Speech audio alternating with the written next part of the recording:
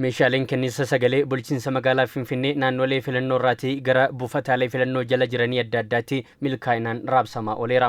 Naannoo filannoo kanneen keessaa tokko kan ta'e boordii filannoo biyyoolessaa Itoophiyaa bulchiinsa magaalaa Finfinneetti naannoo filannoo Aqaaqii Qaallitti lakkoofsa 26 fi 27 irraatii gara buufataalee filannoo jala jiranitti milkaa'inaan raabsamee jira. Qindeessaan naannoo filannoo kana obbo Fayyisaa Bulchaan AMN Plaasitti akka himanitti naannoo filannoo kana jala buufataaleen filannoo 157 jiraachuu himanii meeshaaleen filannoodhaaf barbaachisan hundi buufataalee maraa fi raabsamanii kan xumuraman ta'uu dubbatanii jiru. Naannoo filannoo kanatti buufata filannoo 154 qabna.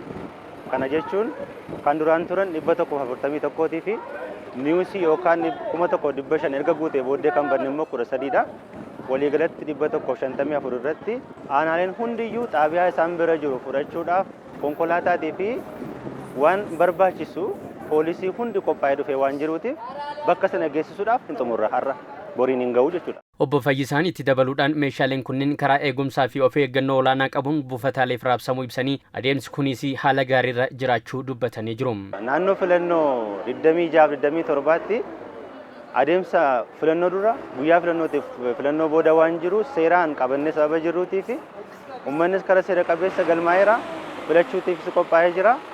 Waan isa barbaachisu gara filannootti deemaa waan jiruutiif haalli jiru akka waliigalaatti baay'ee gaarii. Bifuma wal fakkaatuun kutaa magaalaa Boolee fi Lammii Kuraatti naannoo filannoo lakkoofsa 17 fi 28 jalatti buufataalee filannoo 189 argamaniif meeshaaleen filannoo raabsameera. Qindeessituun naannoo filannoo Boolee lakkoofsa 17 fi 28 aadde Hermeellaa Mokonnin raabsaan meeshaalee haala gaariidhaan raawwatamuu himanii jiru.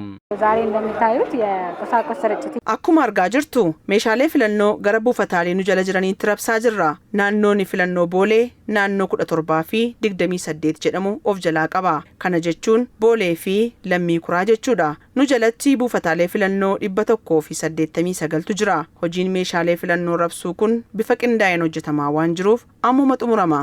Aadde Hermeellaan itti dabaluudhaan hojiin hundi qindoominaan hojjetamaa jiraachuu fi raabsaan meeshaalee haala gaariidhaan buufataalee filannoo naannicha jala jiran qaqqabu dubbatanii jiru. የራሳቸው የክልል አስፈጻሚዎች buufataaleen hunduu raawwachiiftota filannoo fi qindeessitoota ofii isaanii qabu. Kanaafuu caasaalee nageenyaan deeggaramanii eegumsa ga'anis waan jiruuf haala gaariidhaan hojjechaa jiru. Wanti hunduu sadarkaa gaarii irratti argama. Haaluma wal fakkaatuun meeshaaleen kenniinsa sagalee filannoo kutaa magaalaa Gullallee fi Addis Katamaatti raabsamaa kan oolan yommuu ta'u naannolee filannoo AMN Plus daawwannaa itti taasise keessatti argamu. Kutaalee magaalaa kanneenitti naannoon filannoo 8, 10 fi 11 kan argamanii fi naannoo filannoo 8 jalatti buufataaleen filannoo 57, naannoo filannoo 10 jalatti ammoo buufataaleen 63 fi naannoo filannoo 11 jalatti ammoo buufataaleen filannoo 71 ni argamu.